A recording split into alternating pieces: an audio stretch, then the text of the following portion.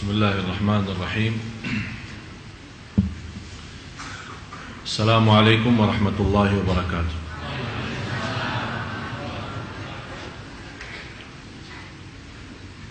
Alhamdulillahi rabbil alamin, wa ashhadu an la ilaha illallah wahdahu la sharika lahu waliyyus salihin, wa ashhadu anna sayyidana wa nabiyyana Muhammadan abdullahi wa rasuluhus sadiqul amin.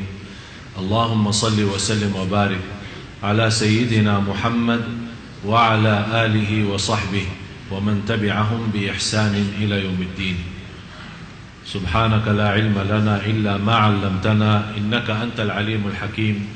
Maha suci Allah, saya tidak memiliki ilmu apa-apa, hanya saja apa yang diberikan oleh Allah subhanahu wa ta'ala. Alhamdulillah wa syukurillah atas segala nikmat yang telah diberikan oleh Allah subhanahu wa ta'ala. Dan menurut saya, khususnya jamaah Masjid Agung Sunda Kelapa telah mendapatkan banyak karunia dari Allah subhanahu wa ta'ala. Setiap waktu dan setiap saat kita bisa menikmati suasana dalam salat kita, suasana dalam ceramah kita, dan kita bisa merasakan kenikmatan di masjid saat kita beriktikaf.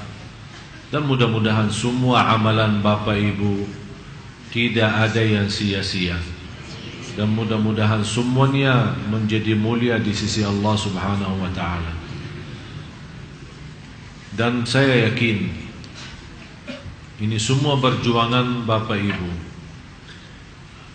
selama kita sama-sama mempelajari agama di masjid yang sama-sama kita cintai, Masjid Agung Sunda Kelapa ini, yang insyaAllah senantiasa ma'mur, dan insyaAllah jamaahnya juga semakin insyaAllah barakah. Saya yakin semua memperjuangkan dakwah di masjid ini demi sama-sama kita mencintai Allah subhanahu wa ta'ala. Dan saya yakin tidak ada keraguan dalam hati anda semua yang hadir. Kalau ada orang bertanya, pasti akan anda menjawab dengan jawaban yang cukup jelas. Saya 100% dalam hati saya mencintai Allah subhanahu wa ta'ala. Dan saya juga tidak ada keraguan terhadap Bapak Ibu dalam hal ini. Tapi masalah cinta itu belum tentu seorang mencintai Allah, belum tentu berlakunya benar, dan belum tentu kehidupannya benar, belum tentu ibadahnya benar.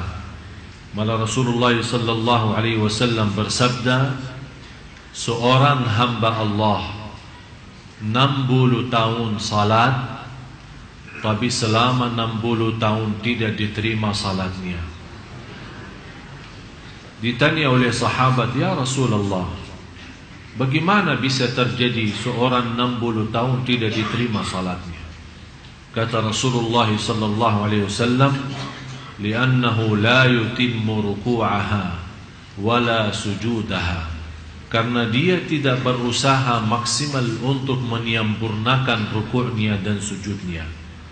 Dan kita lihat kondisi dan keadaan banyak di antara jamaah kita yang kita sayangi dan kita cintai. Banyak di antara jamaah terlalu keburu selesaikan salatnya. Apalagi salat sunnah qabliyah ba'diyah, apalagi duha dan yang lain-lain. Kapan kira-kira saatnya kita bisa menikmati ibadah salat? Jangan sampai kita termasuk dalam ancaman hadis Rasulullah sallallahu alaihi wasallam, 60 tahun tapi tidak diterima oleh Allah subhanahu wa ta'ala salatnya. Na'udzubillah. Mudah-mudahan kita semua menjadi orang-orang yang bisa mendekatkan dirinya kepada Allah karena salat yang khusyuk, salat yang sempurna rukuknya dan sujudnya. Marilah kita sama-sama mempelajari dan masuki kepada amalan-amalan yang bisa membawa kita, bukan hanya kita cinta Allah, tapi Allah subhanahu wa ta'ala juga mencintai kita semua. karena mendapatkan kenikmatan dicintai Allah. Ini sebuah kenikmatan yang cukup istimewa. Banyak orang yang dilalaikan, banyak orang yang tertipu oleh syahwat, hawa nafsu dan dunia. Walaupun dia punya target mencari ridha Allah Subhanahu wa taala dan menjadikan tujuan kehidupannya, qul inna salati wa nusuki wa mahyaya wa mamati lillahi rabbil alamin la syarika lah wa bidzalika umirtu wa ana minal muslimin. Jadi orang-orang yang sudah membaca ayat ini berkali-kali di dalam iftitah salatnya, ternyata dia tidak mendalami arti daripada doa ini. Dia tidak merasakan kekuatan doa ini dan tidak menikmati bagaimana bisa terwujud benar-benar inna salati wa nusuki wa mahyaya wa mamati lillah, semata-mata karena Allah, syukur karena Allah, sabar karena Allah, ikhlas karena Allah, salat karena Allah, bersedekah karena, silatul rahim karena. Di mana saja berada, selalu kita menjadikan diri kita dan kurbankan segala yang kita miliki karena Allah. Baru akan terbentuk, akan Allah balas mencintai kita. Amalan-amalan yang pertama, orang-orang yang dicintai Allah Subhanahu wa ta'ala, orang yang senantiasa membaca Al-Quran. Tapi bagaimana prinsip orang baca Al-Quran tapi dicintai Allah? Karena selama ini Bapak Ibu, saya yakin Anda semua suka baca Al-Quran. Malah ada yang saya kenal 1 minggu, 2 minggu kurang lebih khatam Al-Quran. Kurang daripada 1 bulan dia mampu khatam Al-Quran. Malah ada yang dalam 1 bulan khatam 2 kali, ada malah 3 kali. 30 juz dalam 1 bulan. Tapi masalahnya bukan berapa banyak baca, tapi bagaimana membaca. Selama ini kita membaca Al-Quran untuk mengkhatamkan. Tapi yang saya minta kali ini agak sedikit kita rubah. Bagaimana saya bisa baca Al-Quran tapi saya mendapatkan Allah mencintai saya? Yang pertama, saat kita baca Al-Quran harus Anda rasakan Allah bicara sama Anda langsung. Allah bicara sama kamu. Ya ayyuhalladzina amanu, hei orang. Yang dimaksud siapa? Saya. Rasakan. Ittaqullah. Berarti Allah mau berbicara sama diri kita sendiri. Itu yang perlu dirasakan saat kita membaca Al-Quran. Dan kita selama membaca Al-Quran, kita merasa, kata ulama, kalau mau berbicara sama Allah Subhanahu wa ta'ala, salat. Tapi kalau Anda mau mendengar Allah berbicara, baca Quran. Kalau Anda mau mendengar Allah yang berbicara, baca. Karena ini Al-Quran kalam Allah. Kalam Allah langsung. Yang Allah sampaikan langsung, kalam Allah itu disampaikan kepada malaikat Jibril kepada Nabi Muhammad SAW, Nabi Muhammad kepada sahabatnya dan seterusnya sampai kepada kita. Jadi yang ingin berbicara sama Allah, salat. Hadap Allah, bicara, silahkan. Tapi yang ingin mendengar Allah yang berbicara, baca Al-Quran. Jadi saat Anda baca Al-Quran, Bismillahirrahmanirrahim, Anda rasakan mendengar kalam Allah. Jadi jangan Anda hanya membaca ada seorang membaca hanya lewat mata.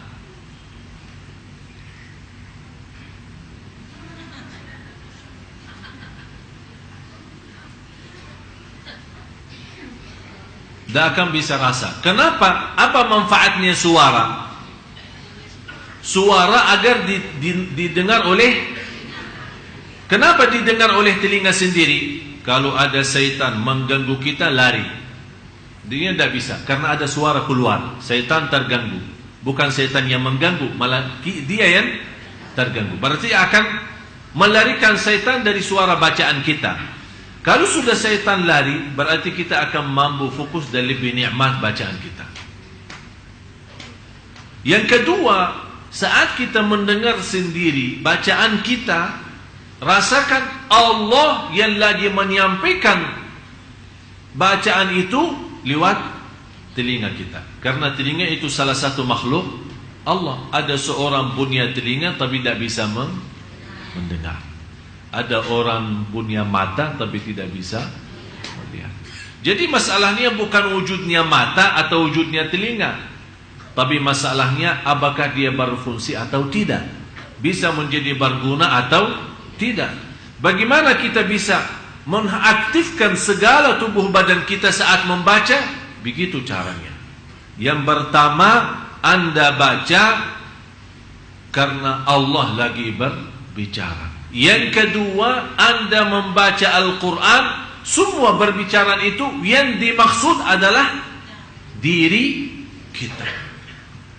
Yang ketiga, itu yang terindah dalam bacaan Al-Quran, setiap kita baca ada rasa saya tidak mau berhenti, karena saya lagi nikmati dan merindukan mendengar kalam Allah, mendengar bicaraan Allah sama saya. Jadi begitu Anda baca, jangan Anda punya bayangan dan fikiran kapan mau selesai.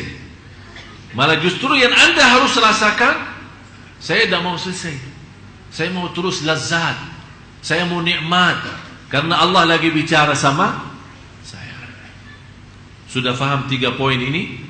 Itu namanya membaca Al-Quran. Dan 3 hal ini baru akan Allah mencintai kita. Yang kedua, selalu mengingat Allah subhanahu wa ta'ala. Maksudnya mengingat Allah bagaimana? Zikir kan? Tapi zikir yang macam mana? Yang seperti apa? Saya yakin Anda semua suka tahlil, suka bertasbih, tapi seindah zikir yang tidak ada batasnya, seindah zikir tidak punya tempat tertentu, seindah zikir yang tidak ada batasnya, dan seindah zikir yang tidak punya tempat tertentu. Artinya apa? Jangan Bapak Ibu suka berzikir hanya di masjid. Jangan Bapak Ibu suka berzikir hanya habis salat. Jangan Anda berzikir hanya dengan jumlah tertentu, tidak boleh lebih. Malah justru bebas, tidak usah batasi.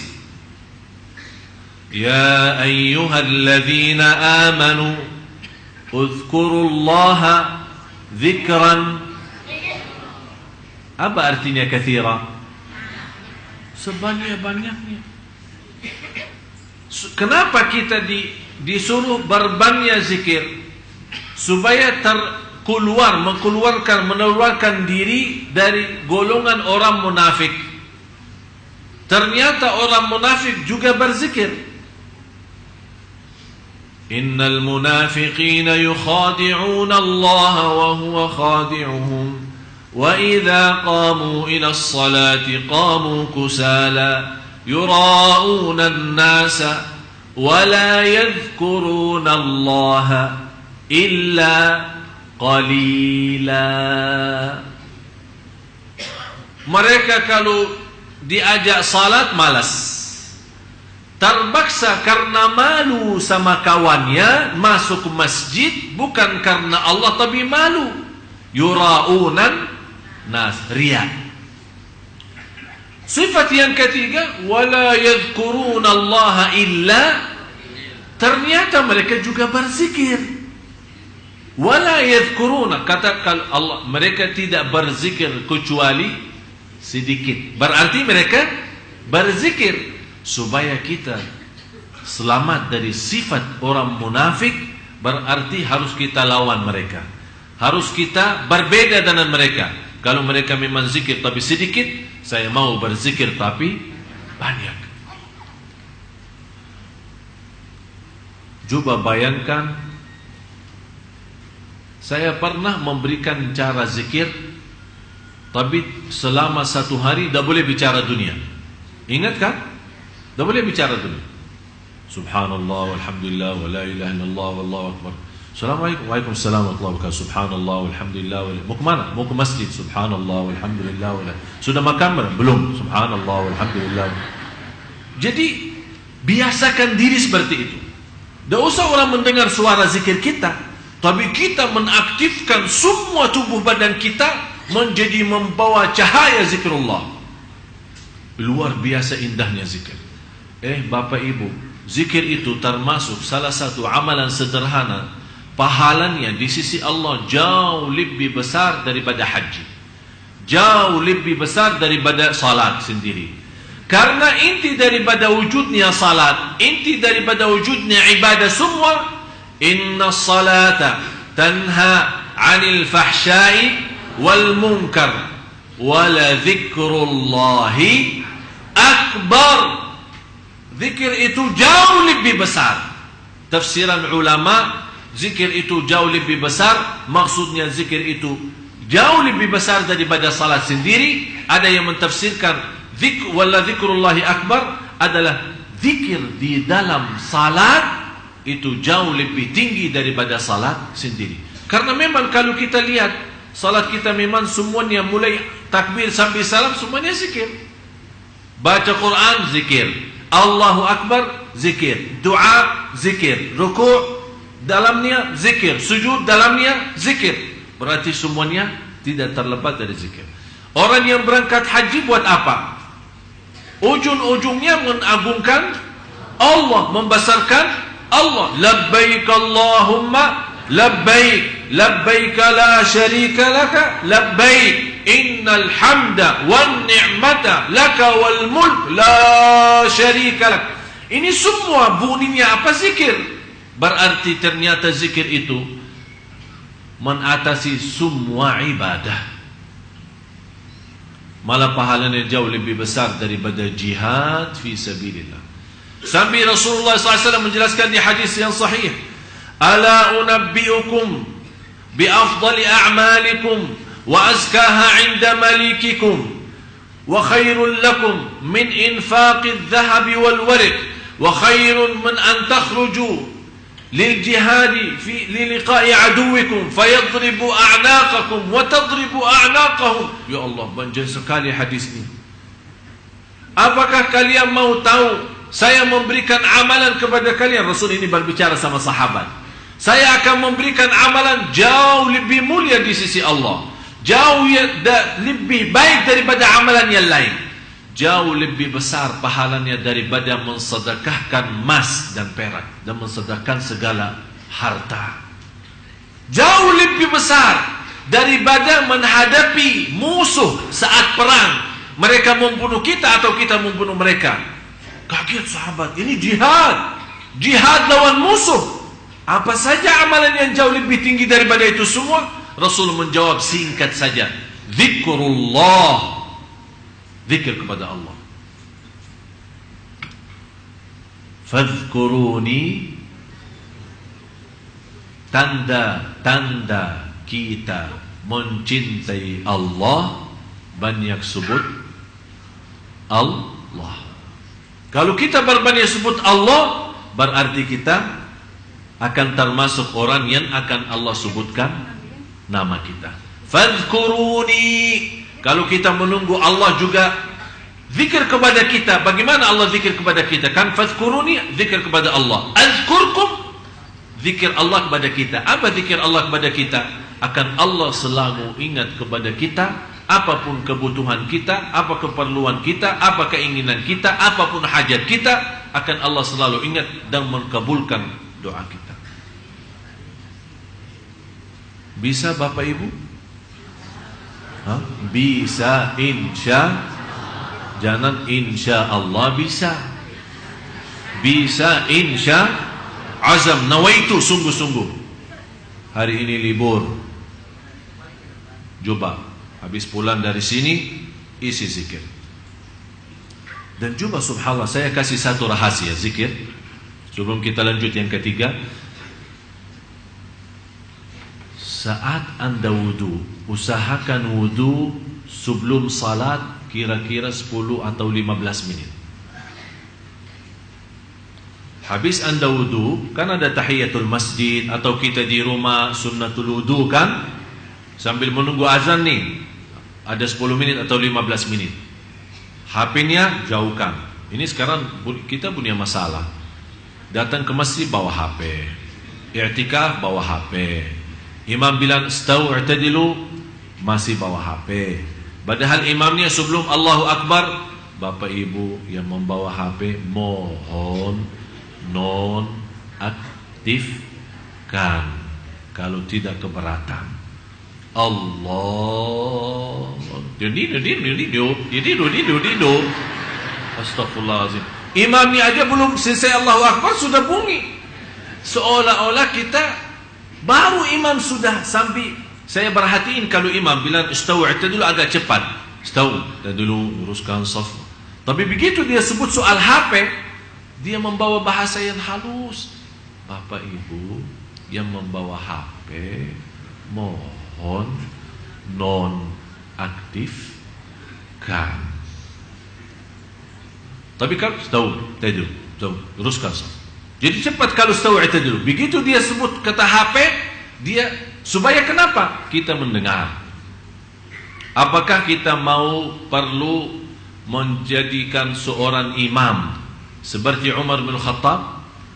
Bagaimana Umar Khattab kalau dia jadi imam? Tahu kan? Tahu, luruskan saf. Beliau khalifah dan beliau juga imami salat 5 waktu. Tahu, luruskan saf. Sebelum dia takbir, dia punya tungkat. Tungkat punya kepala besar. Dia putar dalam saf-saf jamaah. Kalau safnya belum lurus, dia tidak mau lagi luruskan, karena dia sudah tadi bilang luruskan. Dia sekarang beriksa, mutar, tang, langsung di kepala. Ya Allah.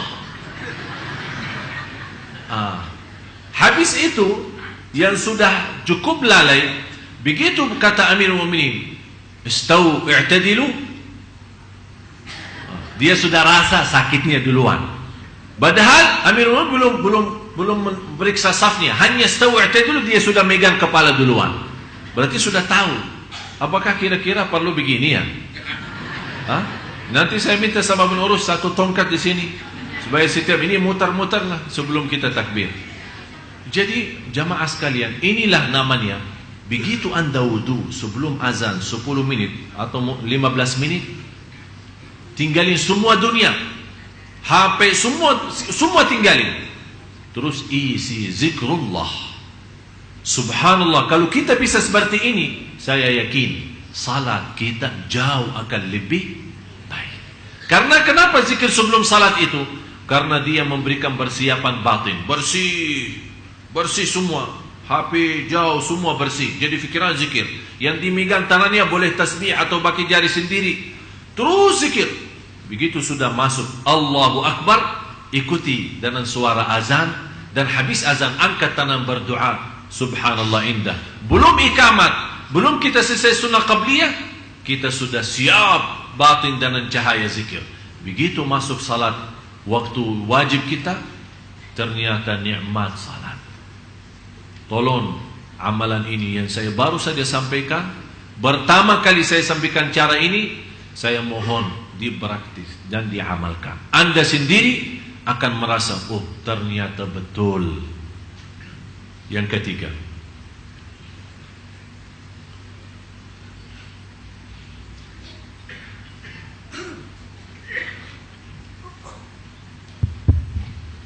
lebih mengutamakan untuk mencintai Allah Subhanahu wa taala daripada dirinya ketika hawa nafsunya menguasai dirinya. Yang paling berat kita mengutamakan Allah saat punya keinginan. Contoh, sudah alarm kan? Jam berapa alarmnya? Biasa ibu-ibu jam berapa alarmnya? Jam 3. Nah, sudah bunyi kan? Bunyi jam 3. Kita megang HP. Kita sudah megang kan? Sudah lihat. Terus matiin, off ya. Alarmnya off. Kita taruh. Di sini ada muncul dua hal. Pertama, mau enggak salat malam? Yang kedua, tidur aja. Jadi tidak ada tidur enggak ada. Tapi yang ada, mau salat malam enggak? Tidur aja. Ini yang kedua. Di sini supaya bagaimana kita bisa mencintai Allah, di sini ujiannya. Allah melihat kita sudah nawaitu dengan alarm jam 3 atau jam 2, berarti kita sudah ada niat kan? Ada niat. Tapi ini niat tidak cukup. Harus ada bukti. Begitu kita mendengar, kalau kita tidak mendengar sampai sudah ketiduran, tapi benar-benar tidak merasa, tidak mendengar, Allah Maha tahu kondisi dan keadaan kita. Tapi Allah tidak akan memberikan keistimewaan bagi orang. Begitu dia megang HP-nya, matiin, kemudian dia tidur. Padahal ada bisikan, salat malam enggak? Tidur aja. Tapi dia mengutamakan tidurnya daripada itu, namanya tidak bakal dicintai Allah. Karena yang membuat kita bangkit dan bergerak untuk bisa salat malam, di sini kan ada katanya bisa menguasai nafsu, melawan hawa nafsu. Di sini hawa nafsu ini apa? Hawa nafsunya di sini apa? Mau tidur. Berarti tidur itu kan enak. Salat malam jauh lebih enak. Tapi nafsu kita mau istirahat. Tapi hati nurani kita mau menghadap Allah. Orang yang bangun dan dia mampu melawan hawa nafsu dan semangat. Bagaimana dia semangat? Dengan zikrullah. Alhamdulillahilladzi ahyana ba'da ma amatana wa ilaihi an-nusyur. Astaghfirullahaladzim. Bismillah, tawakkaltu Allah. Bangun, baca ayat al-kursi, baca apa saja supaya menghilangkan syaitannya. Begitu anda bangun, begitu anda wudu, Allah subhanahu wa ta'ala setiap titisan air wudu membawa dosa keluar. Begitu anda salat, akan Allah cahayakan rumah. Malaikat di langit melihat rumah itu keluar cahaya, orangnya di dalam rumah lagi salat malam. Kalau kita sudah menjadi kebiasaan, ketika satu malam kita memang sakit, sudah alarm sudah mau bangun, tapi sakit betul. Ternyata begitu kita bangun tapi tidak kuat. Malaikat melihat, ini rumah biasanya ada cahaya keluar. Kok ini malam tidak keluar cahayanya? Turun salah satu malaikat mau ambil berita, ini ada apa? Begitu mereka turun, salah satu malaikat, oh orangnya lagi sakit. Naik lagi, dia sampingkan pada malaikat. Orangnya lagi, semua malaikat di langit rapat mendoakan, ya Allah sembuhkan. Subhanallah. Berarti malaikat sendiri menhayati cahaya salat malam kita. Sebagaimana kalau kita keluar malam, kita kadang-kadang melihat langitnya terang, kan? Itu katanya cahaya dari langit turun. Tapi kapan bisa cahaya dari bumi naik? Jangan sampai malaikat melihat malah ternyata gelap. Semua gelap. Karena cahaya yang bisa tembus ke langit bukan lampu PLN ya, bukan listrik ya, Tapi yang bisa tembus ke atas adalah semua cahaya nurani kalbu kita saat kita lagi salat malam. Oleh karena itu, salah satu amalan yang bisa membawa kita dicintai Allah, harus Anda mampu menguasai dan melawan hawa nafsu kita. Terutama saat merasa nafsu kita ingin sesuatu duniawi, ingin istirahat, ingin tidur, ingin mencari rizki tapi yang haram, tidak mau membedakan halal haram. Tapi di situ kita lawan, karena nafsu kita, mohon maaf, jiwa kita itu kan istilahnya mau yang enak-enak saja, tidak mau capek, yang enak-enak saja. Tapi begitu kita lawan, bukan yang enak diri saya, tapi yang enak Allah. Apa yang dienak Allah, apa yang disenang oleh Allah, apa yang diridai oleh Allah. Di situ kita selalu menanamkan dalam jiwa kita adalah kekuasaan hanya di tangan Allah. Jangan sampai memberikan nafsu kita yang memiliki kekuasaan. Di situ kita lama-lama akan memiliki hati yang sudah rusak. Begitu kita mau perbaiki, susah memperbaikinya. Yang keempat,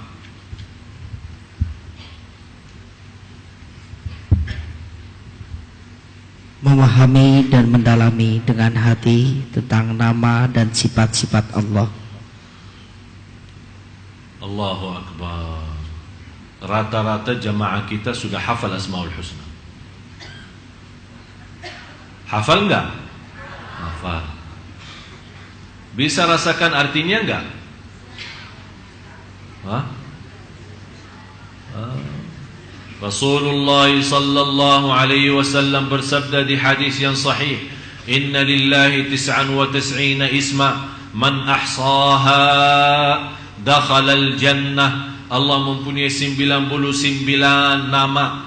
Barang siapa yang menguasinya, yang menghafalnya, yang mengamalkan isinya, yang mempelajarinya, yang mendalaminya, itu kata ahsaha. Jadi termasuk di dalamnya menghafal, menamalkan, memahami, menhayati, merasakan, menikmati, merasa lazat saat sebut nama-nama Allah yang namanya Asmaul Husna. Dan bisa lewat Asmaul Husna kita memohon kepada Allah Subhanahu wa ta'ala. Di situ kita akan baru merasa keagungan Allah dalam hati kita semakin bertambah.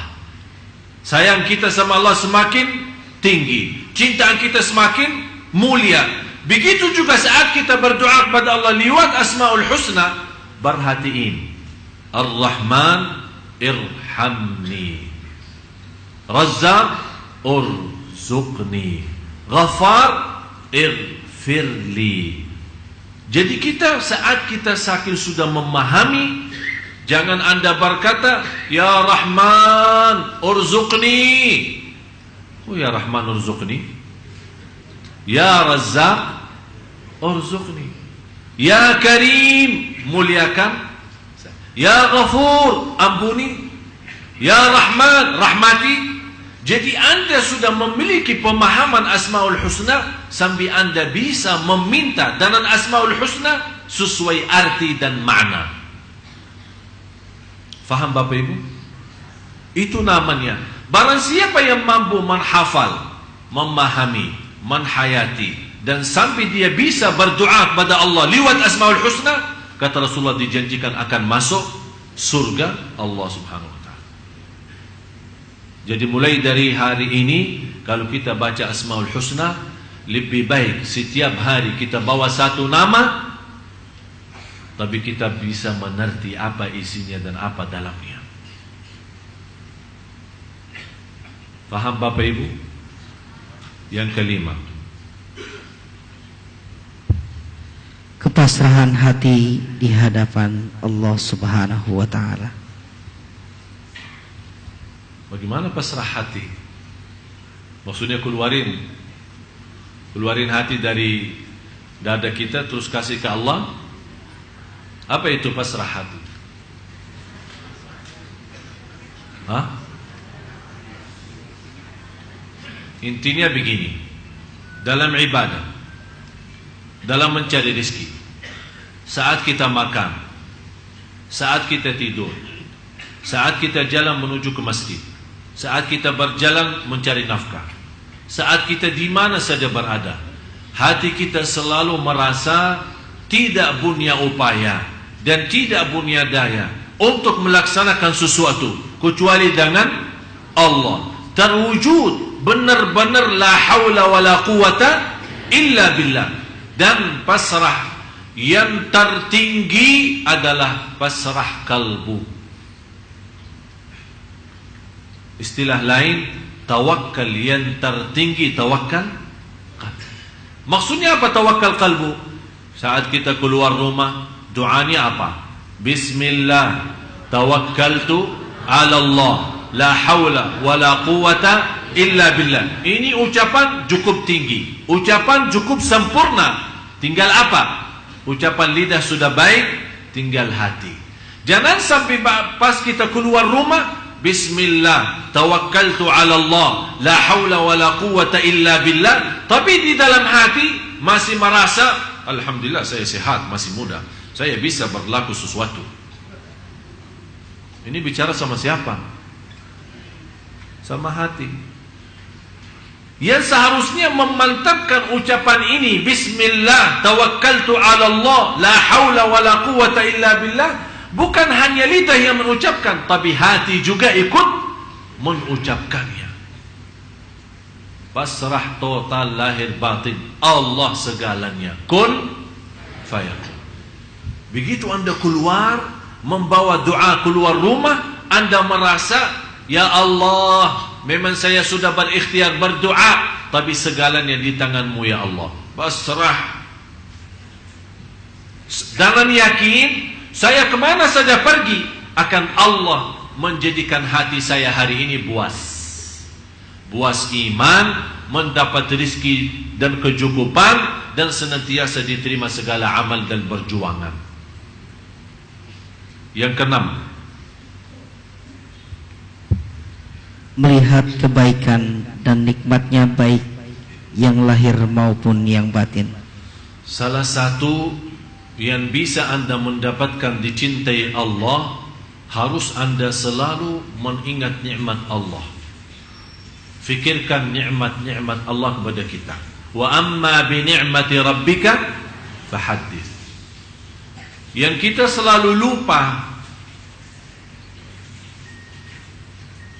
kita sibuk mensyukuri nikmat, tapi lupa mensyukuri yang memberikan nikmat. Kita sibuk menikmati nikmat, tapi kita lupa mensyukuri yang memberikan nikmat. Kita sibuk untuk menghadapi cobaan, tapi kita lupa minta tolong dari yang memberikan cobaan. Jadi selalu kita bayangkan, jangan Anda melihat posisi ujian. Kenapa manusia dinamakan dalam Al-Quran, innal insana ladzalumun kafar, wa in ta'uddu ni'matallahi la tuhsuha, innal insana ladzalumun kafar. Sungguh manusia amat zalim dan amat kafir. Amat zalim apa?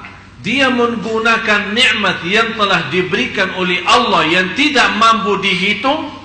Dia menggunakan nikmat itu untuk menzalimi dirinya. Yang kedua, dia sangat kafir. Dia tidak mensyukuri Allah dan merasakan kemuliaan yang telah diberikan oleh Allah lewat nikmat-nikmat itu. Berarti dia mengkafirkan nikmat. Dia berkufur terhadap nikmat. Dinamakan oleh ulama kufrun ni'mah, kufur nikmat. Jadi Anda sebelum melihat sisi cobaan, yang seharusnya Bapak Ibu Anda melihat sisi kenikmatan. Bunya mata masih bisa melihat Al-Quran, bunya lidah masih bisa menyebut nama Allah, bunya telinga masih bisa mendengar azan dan kalam-kalam yang baik, bicara-bicara yang baik. Anda masih punya kaki bisa berlangkah-langkah menuju ke masjid silaturrahim dan kemana-mana mencari nafkah dan rezeki yang halal. Anda masih punya nafas yang bisa menaturkan nafasnya untuk Allah subhanahu wa ta'ala. Saya bertemu beberapa hari lalu seorang ibu sudah usia 90 tahun. Sakit, tidak bisa bergerak. Begitu saya datang silaturahim, saya bertanya, bagaimana bu keadaannya? Dia menjawab, Alhamdulillah. Tapi dalam kata Alhamdulillah benar-benar tersentuh hati saya. Saya bilang, ibu, Alhamdulillah atas apa? Ibu lagi sakit, sakitnya parah dan tidak bisa bergerak. Dia menjawab, Alhamdulillah masih bunya 3. Bunya hati terisi iman, bunya lidah menyebut nama Allah, bunya akal masih bisa sadar siapa diri saya terhadap Allah. Dia sudah tidak melihat sakitnya, tidak melihat kakinya yang tidak berfungsi, tidak melihat tubuhnya yang tidak bisa bergerak, tapi dia melihat nikmat, bukan melihat ujian. Di situ dia merasa kenikmatan cukup besar, malah dia merasa masih kekurangan syukur. Itulah namanya hamba yang dicintai Allah. Karena kita orang mencintai Allah, semua nikmat terhitung. Tapi sekarang kita terbalik, malah semua ujian yang cobaan yang kita hitung. Kita hitung cobaannya, bukan hitungkan nikmatnya. Ini yang membuat kita lemah. Wa amma bi ni'mati rabbika fahaddits. Oleh karena itu jamaah sekalian, begitu Anda diuji Allah, jangan lihat apa itu ujiannya, tapi lihat berapa masih tersisa nikmat yang lain. Kalau Allah berikan 100 nikmat, yakini yang ujiannya hanya 2, Anda masih bisa menikmati 98. Jangan Anda rugi iman gara-gara kehilangan 2 nikmat.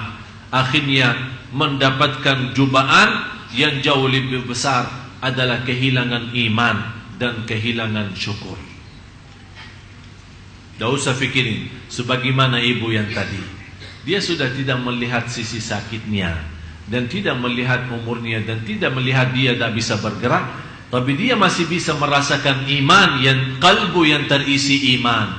Lidah masih Allah izinkan untuk sebut nama Allah. Dan akal masih bisa sadar. Kata ibu, saya kenal banyak keluarga saya, malah jauh lebih muda daripada umur saya, tapi sudah, istilahnya bikun ya, sudah tidak bisa nyambung.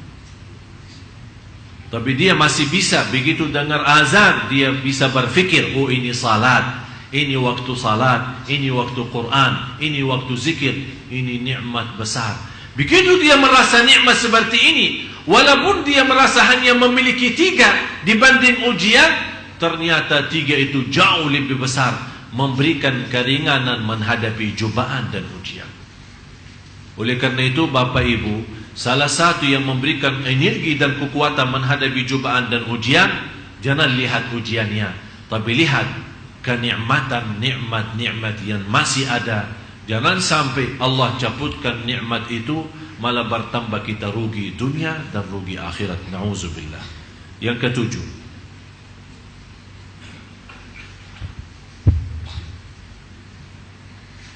merasakan kehinaan dan kerendahan hati di hadapan Allah. Yang ketujuh, subhanallah, kira-kira bisa kita merasakan saat kita lagi salat atau saat kita lagi doa, benar-benar merasa hina diri enggak? Maksudnya hina diri di sini apa? Kita saat salat dan saat doa, kita melemparkan diri kepada Allah, buang diri kepada Allah. Kita tunjukkan kepada Allah, ya Allah, saya tidak punya Tuhan selain Engkau ya Allah. Biar saya punya kekayaan, tapi ya Allah saya miskin, masih nol dengan kekayaanmu ya Allah. Saya Allah butuh segala sesuatu darimu, butuh rahmatmu, ampunanmu, pimpinanmu, petunjukmu ya Allah.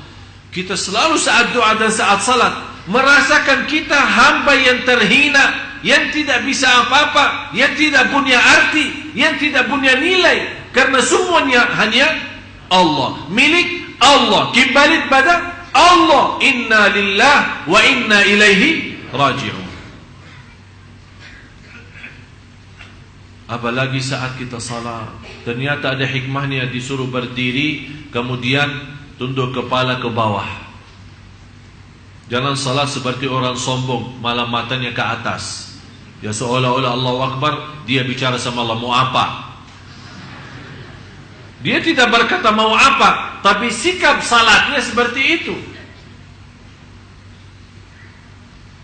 Tapi yang saya harapkan, begitu Anda salat, menundukkan kepala ke bawah, biar Allah berkata, ada apa? Kamu mau apa? Biar Allah yang memberikan pertanyaan itu, kita merasakan saat kita salat, kita lagi berbicara sama Allah. Nikmat. Kalau kita lagi diberikan kesempatan bertemu dengan Bapak Presiden, dan protokolnya memberikan kesempatan hanya 15 menit, kira-kira 15 menit kita menghadap Bapak Presiden, begitu kita hadap beliau, kita diam atau bicara? Hah? Kira-kira ada orang ketemu Bapak Presiden tapi diam? Dia begitu mendapatkan kesempatan dan dia merasa Bapak Presiden ini bisa menyelesaikan hajat saya, bisa membantu urusan-urusan saya yang belum bisa kelar karena kepala negara. Berarti kita begitu sampai, barangkali kita tidak memberikan kesempatan dia berbicara. Kita ada yang bicara, Pak ini kan dia, Pak ini, Pak ini, Pak ini, Pak ini, Pak ini, Pak. Ujungnya dia bilang insyaallah. Siap. Dibantu. Begitu dia menjawab dibantu, kita langsung percaya. Alhamdulillah. Betul Pak? Betul, dibantu. Jangan khawatir. Kenapa kita bisa memiliki keyakinan? Padahal walaupun ada keputusan dari Bapak Presiden, tapi kalau belum ada izin Allah, wallahi tak akan bisa dapat apa-apa.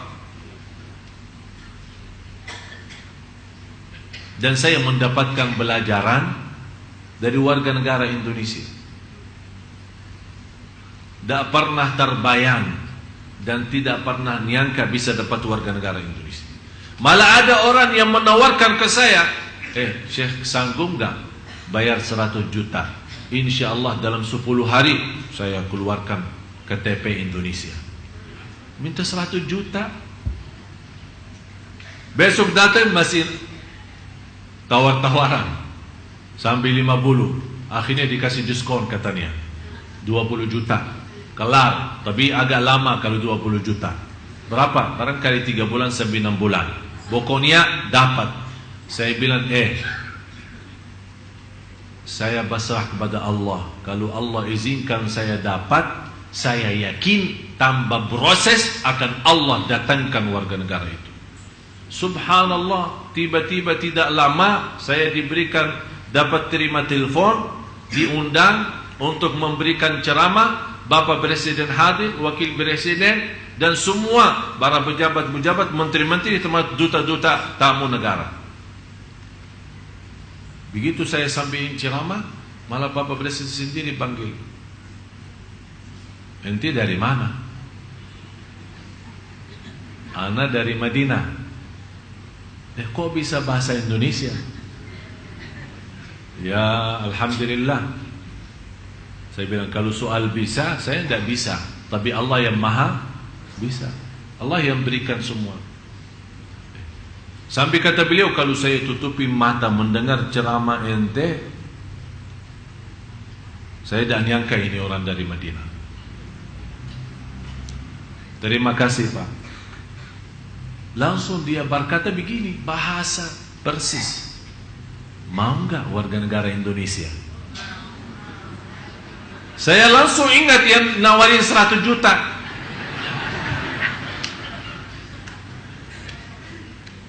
Sambil saya berkata, gratis Pak ya? Gratis. Sekarang saya perintahkan, Anda berkenan enggak? Saya bilang, terima kasih, penghargaan bagi saya Pak. Kita pemain bola aja sudah kita kasih warga negara, sampai sekarang tidak dapat juara. Udahlah, mudah-mudahan dengan kita membaga buatmu mendapatkan warga negara, insya Allah bisa membawa masyarakat Indonesia menjadi makmur. Begitu bahasa beliau. Langsung belum saya berhenti mau pulang, langsung dipanggil Pak Menteri Hukum dan HAM. Segera bantu Tuan Syekh Ali. Begitu bahasa beliau. 8 hari persis ditelepon, saya masih di luar negeri. Segera, ini Pak Menteri sendiri yang telepon, suruh datang menghadap beliau. Begitu saya pulang dari Malaysia ketemu beliau, tak sampai 15 menit, tehnya belum selesai, selesai minum teh. Langsung kelar surat, ditandatangan sama Pak Menteri, ini ada perintah daripada presiden saya untuk memberikan warga negara. Saya ingat kata ini yang ketujuh. Saya merasa saat berdoa kepada Allah Subhanahu wa taala, ya Allah, kalau memang Anda punya rencana untuk saya di Indonesia, ya Allah, saya tidak punya upaya dan daya, malah saya merindukan Madinah daripada Indonesia. Tapi Allah, saya milih aturan Allah, saya milih bantuan Allah, saya milih dan mengutamakan apa yang Allah berikan, saya terima. Subhanallah, Allah tunjukkan demi hari ke hari, demi waktu ke waktu, demi masa ke masa, setiap waktu Allah tunjukkan kepada saya bagaimana dahsyatnya Allah dan kekuasaannya Allah. Yang saya harap semua Bapak Ibu jamaah sekalian, terutama saat berdoa, Anda harus merasa hina diri, miskin, fakir, dhaif, lemah, tak bisa apa-apa, tak punya upaya, tak punya daya, tak bisa mau kemana. Dan merasa di ujung doa Anda berdoa, ya Allah, kalau Engkau hanya mendengar doa orang saleh, bagaimana saya yang masih banyak dosa mau kemana? Kalau ya Allah, Engkau hanya menerima doa orang saleh, ya Allah, bagi saya yang masih banyak dosa mau kemana lagi? Kita tunjukkan. Dan saking adil dan kasih sayangnya Allah, bukan Allah hanya menerima doa orang saleh, ternyata Allah juga kasih sayangnya kepada orang yang berdosa dan bermaksiat. Kalau dia bertaubatan nasuha, taubat yang benar, dan memohon kepada Allah dalam benar, akan Allah terima doanya dan kabulkan hajatnya. Buktinya, setiap hari kita berdoa, dan setiap hari Allah berikan nikmat, kita lupa mensyukurinya. Ini sebenarnya salah satu cara Allah menambahkan nikmat kepada kita, tapi kita tidak sadari, berarti Allah sudah menerima doa kita, tapi kita belum sadar nikmat yang kita minta belum kita dapat. Oleh karena itu, periksa diri kembali. Harus kita merasa diri miskin sama Allah. Ya ayyuhan nas, antumul fuqara'u ila Allah. Manusia, semuanya dalam keadaan miskin kepada Allah. Yang ke-8,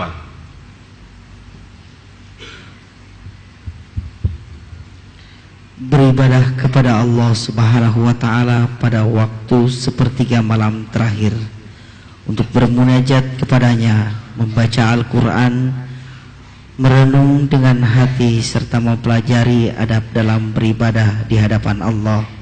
Kemudian ditutup dengan istighfar dan bertaubat. Saya kasih amalan yang ke-8, seindah istighfar. Ingat ya, seindah apa? Istighfar. Sebelum azan subuh 20 menit sampai 30 menit. Di dalam Al-Quran dinamakan Al-Ashar, waktu sahur. As-sabirina was-sadiqina wal-munfiqina wal-mustaghfirina bil-ashar. ashar wa bil ashari hum yastaghfirun. Kenapa Allah ikatkan waktu sahur istighfar? Karena seindah ibadah jauh lebih baik daripada salat malam atau baca-baca amalan yang lain adalah istighfar yang terindah. Kenapa saya berkata yang terindah itu istighfar? Karena Allah puji hamba-hamba yang beristighfar di waktu sahur. Kalau Allah puji, berarti Allah senang. Kalau Allah senang, berarti Allah ridha. Tapi saya minta istighfar bagaimana? Sudah selesai salat malam, sudah witir, ya, duduk, tetap di posisi musalla atau atas sajadah, kemudian tundukkan kepala ke bawah, tutup mata, bayangkan semua dosa kita selama ini. Ingat orang tua kita, ingat dosa maksiat kita. Berapa kali ketiduran dari waktu salat, berapa kali kita durhaka sama orang tua, berapa hari lewat tidak baca Quran, berapa kali kita berbohong, berapa kali kita fitnah orang, berapa kali kita ghibah, berapa kali kita membawa hal-hal yang tidak diridai Allah, malah dimurkai Allah. Begitu anda sambil mengingat bayangan-bayangan dari kepala, istighfarnya berjalan. Astaghfirullah. Istighfar jangan diam. Dan kalau tidak bisa nangis, pura-pura beneran.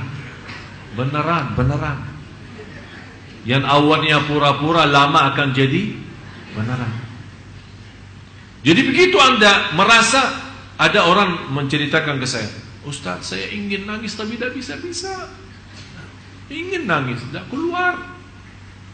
Saya bilang begini, pura-pura aja nangis. Ya bagaimana? Astagfirullah.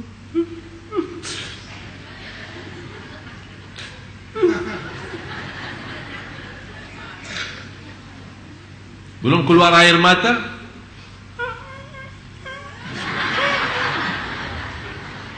beneran. Ini salah satu ikhtiar kita.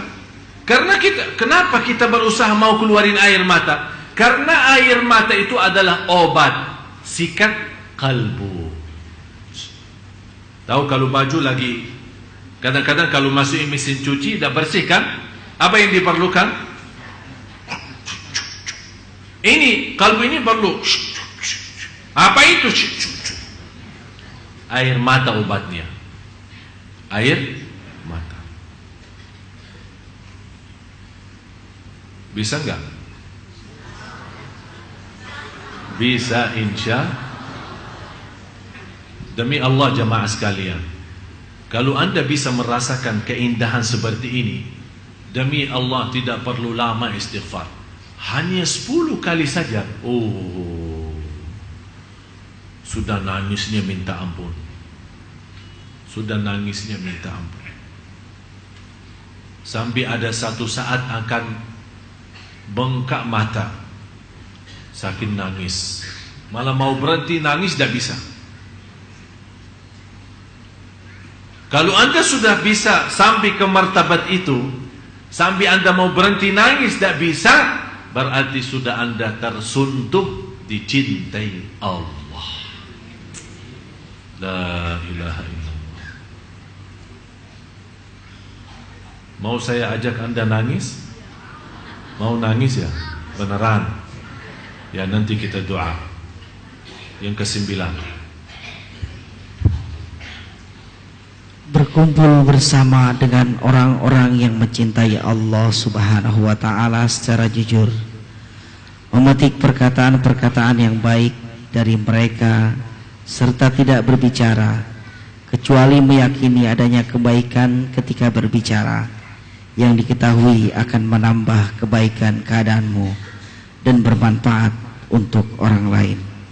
Berkumpullah sama orang-orang saleh.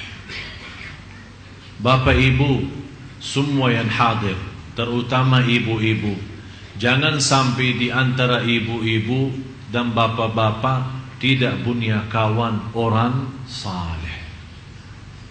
Maksudnya orang saleh apa? Saleh benar, saleh benar, cinta masjid, lembut perbicaraannya, halus bawaannya, dermawan, akhlaknya mulia, tidak pernah suka marah, tidak pernah suka fitnah orang, selalu menjaga lidahnya, selalu menjaga perasaan orang lain, senantiasa menjadi berguna bagi orang lain, suka bersilaturrahim, selalu ada di masjid, suka ceramah, suka mendengar, suka majlis ta'lim, suka beramal salih. Harus bapa ibu masing-masing memiliki kawan orang salih salihah, tapi salih salihah yang istimewa. Kenapa saya minta salih salihah yang istimewa?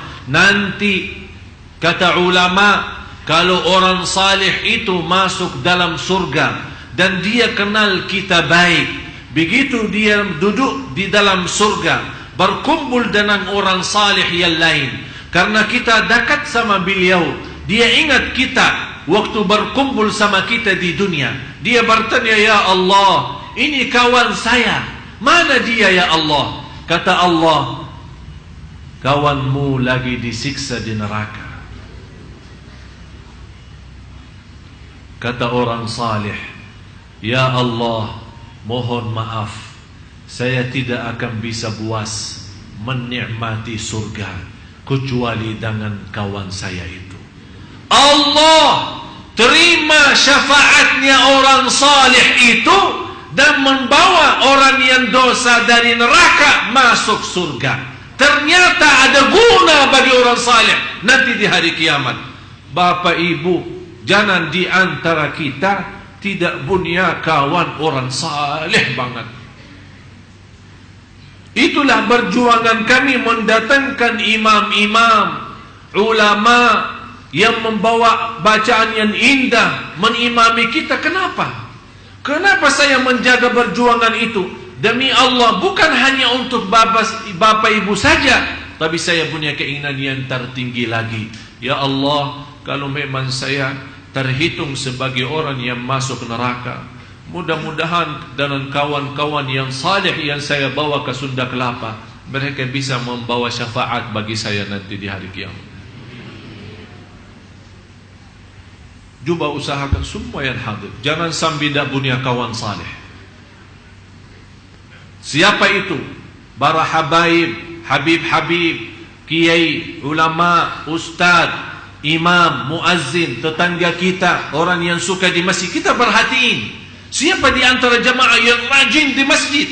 Kalau sudah rajin di masjid dan tidak pernah jauh dari masjid, kecuali kalau dia sakit memang tidak bisa datang ke masjid, itu tanda dia salih. Langsung jaga, jangan lepas.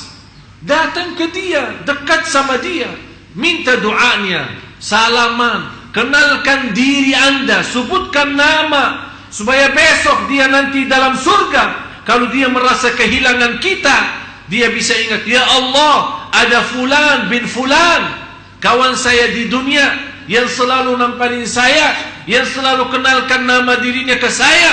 Mana dia ya Allah? Kalau Allah menjawab dia masuk neraka, orang saleh itu akan mensyafaatkan kita, membawa syafaat bagi kita.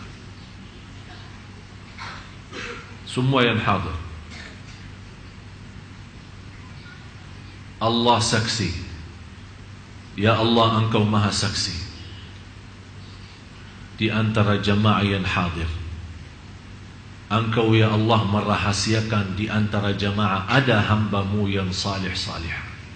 Ya Allah, saya mohon Engkau jadi saksi, saya mencintai hamba-Mu yang salih-salihah yang hadir di majlis ilmu ini. Ya Allah, dengan cintaan saya kepada hamba-Mu yang salih-salihah, selamatkan kami ya Allah semua yang hadir, dan jadikan kami bersama orang salih hari kiamat. Wa adkhilna birahmatika fi ibadika. Tolong doa ini jangan ditinggal. Tolong doa ini jangan ditinggal. Wa adkhilna birahmatika fi ibadika as-salihin. Karena ini doa para nabi dan rasul. Para nabi dan rasul berdoa itu, ya Allah, jadikan saya bersama orang salih, apalagi kita. Kalau para nabi dan rasul sudah minta, ya Allah, jadikan kami dalam rahmat-Mu bersama golongan orang salih, apalagi kita jamaah sekalian. Mudah-mudahan kita semua bersama orang salih di dunia, bersama orang salih nanti di hari kiamat, dan juga bersama orang salih dalam surga Allah Subhanahu wa taala. Amin ya rabbal alamin. Yang ke-10, menjauhi atau menghilangkan hal-hal yang menghalangi hati dari mengingat Allah Subhanahu wa taala. Tolong periksa kembali apapun hal-hal yang menghalangi kita dari Allah. Dunia, jauh dari dunia. HP, jauh dari HP. Usaha menjauhkan kita dari masjid, usaha menjauhkan kita dari zikrullah, usaha melalaikan kita dari kewajiban kita yang jauh lebih utama, tinggalkan karena Allah. Karena Rasulullah bersabda, man taraka syai'an lillah awadahu Allahu khairan min. Barang siapa yang meninggalkan sesuatu karena Allah, akan Allah gantikan yang lebih baik.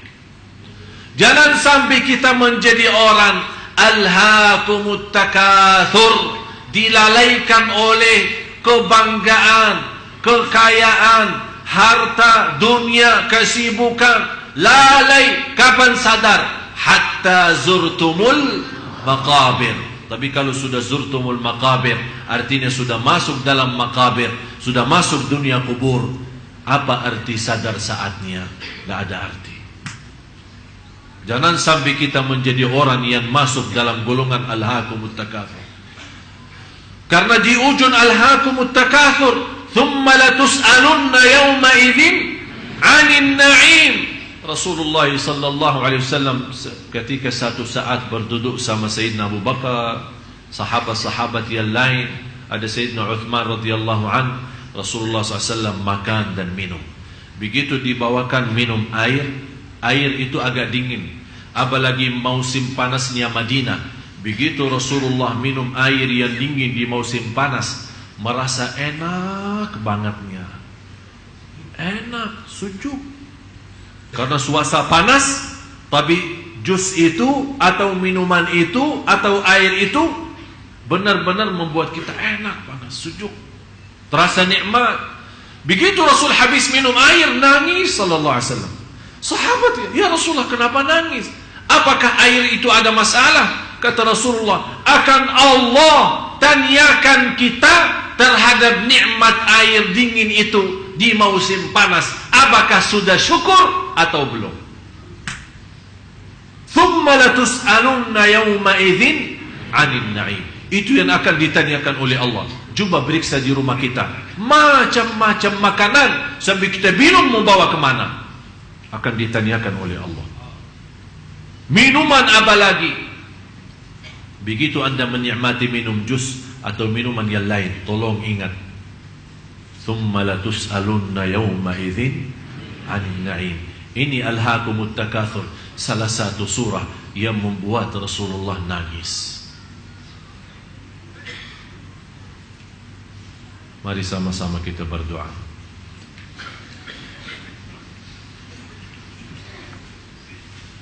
Mudah-mudahan dengan 10 amalan yang saya sampaikan bisa membuka hati kita semua, agar senantiasa menjadi hamba Allah yang mencintai Allah dan Allah mencintai kita. Amin ya rabbal alamin. Bismillahirrahmanirrahim. Alhamdulillahi rabbil alamin. Segala puji bagimu ya Allah. Segala nikmat yang kami miliki ya Allah, semuanya darimu ya Allah. Engkau maha ya Allah memberi segala nikmat. Nikmat mata, nikmat telinga, nikmat lidah yang masih bisa menyebut namamu ya Allah. Nikmat akal dan kesadaran yang masih bisa mengingat kewajiban kami terhadapmu ya Allah. Nikmat kaki yang masih bisa berlangkah-langkah dengan lancar dan sehat walafiat menuju ridhamu ya Allah. Nikmat tangan Nikmat tangan ya Allah, yang selama ini kita masih bisa menikmati megang kitab-Mu ya Allah. Nikmat titisan air mata, yang titisan air mata yang ikhlas dan jujur menghapuskan dosa kami dan membawa kami selamat dari siksa neraka ya Allah. Ya Allah, maafkan kami karena kami tidak pantas dan tidak mampu mensyukuri segala nikmat yang segitu banyak, dan kami tidak mampu menghitungkan nikmat-Mu ya Allah, apalagi mensyukurinya. Ya Allah, ya Tuhan kami hamba-Mu ya Allah yang dhaif, kami hamba-Mu ya Allah yang miskin, kami tidak bisa apa-apa ya Allah, dan kami tidak akan bisa melarikan diri daripada Engkau ya Allah. Fafirru ilallah. Saat kami berlaku dosa maksiat, kami sangat malu di hadapan-Mu ya Allah. Tapi tetap walaupun kami malu atas dosa maksiat kami tidak akan bisa melarikan kami jauh daripada-Mu ya Allah. Malah justru segala sesuatu yang kita takuti, kita melarikan diri daripada sesuatu yang kita takuti. Tapi kalau ya Allah kami merasa takut kepada-Mu ya Allah, kami akan melarikan diri kami kepada-Mu ya Allah.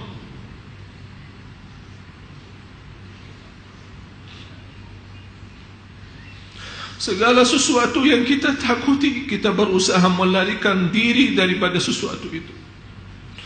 Kecuali Engkau ya Allah, begitu kami merasa takut, kami tidak bisa kemana-mana kecuali kepada Engkau ya Allah.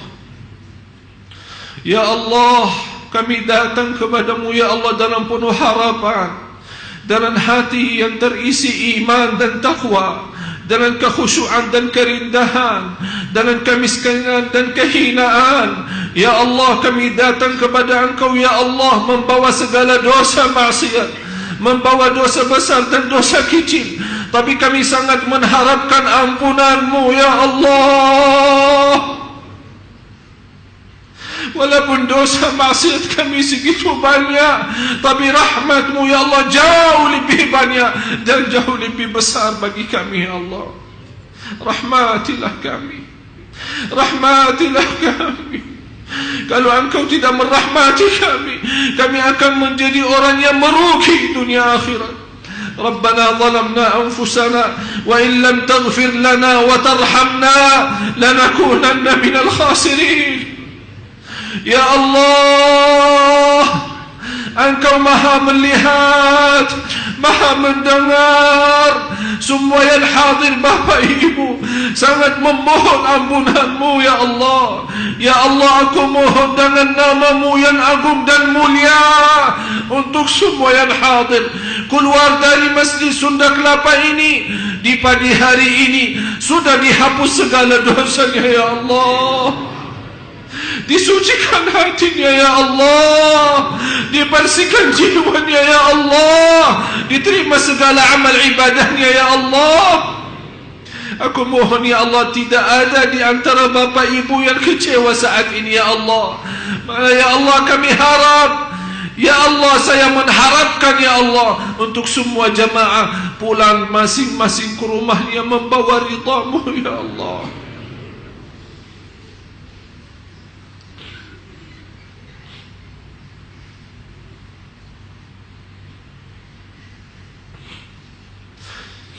Karena bagi kami ridha-Mu segalanya ya Allah. Bagi kami ridha-Mu segalanya ya Allah. Kalau Engkau ridha ya Allah terhadap kami akan bahagia lahir batin ya Allah. Kami akan nikmat sisa umur kami karena Engkau ridha ya Allah. Ya Arhamar Rahimin, ya Allah, semua yang hadir telah mengangkat tangannya ya Allah dengan penuh harapan. Segala kehinaan, kemudahan dan kekurangan ya Allah, kami mengangkat tangan kami kepada-Mu ya Allah. Kami mohon isi hati kami dan isi tangan kami dengan penuh rahmat dan ampunan dari-Mu ya Allah ya Dzal Jalal wal Ikram. Ya Allah, berilah kepada kami petunjuk pada jalan yang lurus. Hidupkanlah kami dalam keadaan iman, wafatkanlah kami dalam keadaan Islam. Lindungi anak keluarga kami dari segala bahaya. Jadikan anak cucu kami salih salihah, anak cucu kami menghafal Al-Quran, agar kami dipanggil oleh Allah duluan dalam keadaan bahagia, dalam keadaan husnul khatimah. Dan anak cucu kami setelah kami dipanggil duluan, anak cucu kami masih mau mendoakan kami. Ya Allah, Ya Arhamar Rahimin, Ya Allah, lindungilah lahir batin kami, agar kami bisa menjaga diri dari segala sesuatu yang menghalangi kami darimu. Ya Allah, Ya Allah, Ya Arhamar Rahimin, kuatkan kami lahir batin, cahayakan hati kami, sempurnakan ketakwaan kami, muliakan keyakinan kami. Bagaimana Engkau berikan kepada kami kemudahan, sama-sama berkumpul di Masjid Agung Sunda Kelapa ini. Ya Allah, berilah kepada kami kemuliaan, sama-sama jumpa lagi di surga-Mu. Ya Allah, jadikan kami semua yang hadir bersama hamba-hamba-Mu yang salih-salih. Ya Allah, وادخلنا برحمتك في عبادك الصالحين. Walaupun kami, ya Allah, belum menjadi salih salihah, tapi kami harap dalam rasa cinta kami terhadap orang salih salihah, jadikan kami berkumpul dengan mereka. Ya Allah, sebagaimana kata Imam Syafi'i, aku mencintai orang salih walaupun saya tidak terhitung orang salih, karena cinta orang salih menjaminkan bahawa saya selamat dan bahagia. Ya Allah, kami sungguh mencintai orang salih, kami sungguh mencintai orang salihah. Ya Allah, jadikan kami bersama mereka. Ya Allah, Ya Arhamar Rahimin, Ya Arhamar Rahimin, ampuni orang tua kami,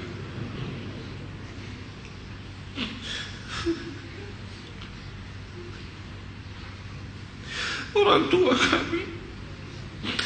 tua kami yang telah meninggal dunia membutuhkan doa kami di saat ini. Ya Allah, Ya Allah, kirimkan pahala majlis ilmu kami. Ya Allah, kirimkan cahaya sedekah kami di pagi hari ini. Ya Allah, kirimkan berkat dan cahaya doa kami untuk orang tua kami yang telah meninggal. Ya Allah,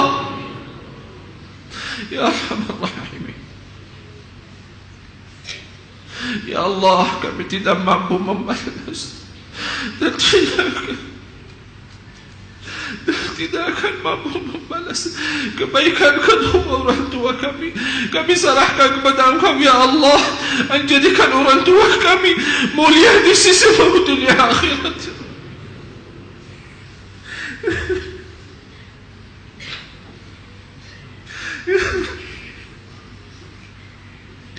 Ampuni durhaka kami terhadap orang tua kami. Berapa kali kami menyakiti hati orang tua kami, berapa kali kami menyakiti dan mengecewakan hati orang tua kami. Maafkan kami, Ya Allah, maafkan kami, Ya Allah, maafkan durhaka kami. Jangan menhukumkan kami atas durhaka kami. Ya Allah, ampuni saudara kami muslimin muslimat, mukminin mukminat yang hidup maupun yang telah wafat. Ya Allah, segala amal ibadah dan perjuangan kami untuk Sunda Kelapa, untuk mendatangkan para imam-imam dan para salih, Ya Allah, jadikan atas nama jamaah semua yang hadir menjadi sedekah jariah. Ya Allah, menjadi sedekah jariah. Ya Allah, menjadi sedekah jariah bagi semua yang hadir. Ya Allah, selama, Ya Allah, selama saya di Indonesia memperjuangkan untuk umat Indonesia, umat Islam di Indonesia, Ya Allah, aku mohon lipatkan dan tercetak nama Bapak Ibu semua yang hadir dalam perjuangan ini, dan diterima segala sedekah jariah dan amal ibadah. Ya Allah, Ya Arhamar Rahimin, Ya Arhamar Rahimin, Ya Arhamar Rahimin, يا أرحم الراحمين ارحمنا يا أرحم الراحمين ارحمنا يا أرحم الراحمين ارحمنا, karena kami hamba-Mu ya Allah membutuhkan rahmat-Mu, sangat kami memerlukan rahmat-Mu dan pimpinan-Mu. Ya Allah, pimpinlah kami dalam sisa umur hidup kami ya Allah, agar sisa umur hidup kami menjadi yang terbaik selama ini dan mengakhiri hayat kami dengan sebaik-baiknya husnul khatimah birahmatika ya arhamar rahimin. Ya Allah, inilah doa kami. Engkau pernah janji dalam kitab-Mu, ud'uni astajib lakum, berdoalah padaku, aku janji akan nerima doa-Mu. Ya Allah, inilah doa kami, inilah doa kami dengan keyakinan dan penuh harapan Engkau menerima sesuai janjian-Mu. Inilah doa kami sesuai perintah-Mu dalam kitab-Mu. Ya Allah,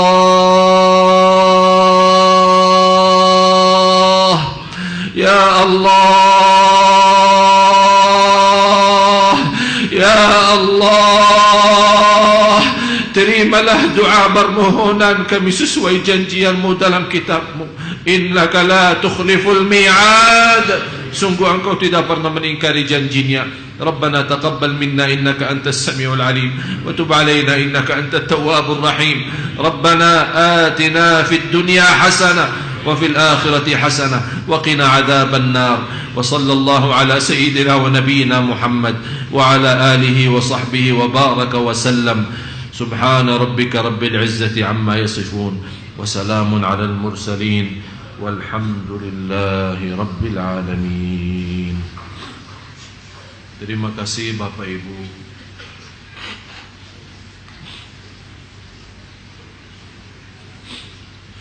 Saya mohon semua yang hadir, saya mohon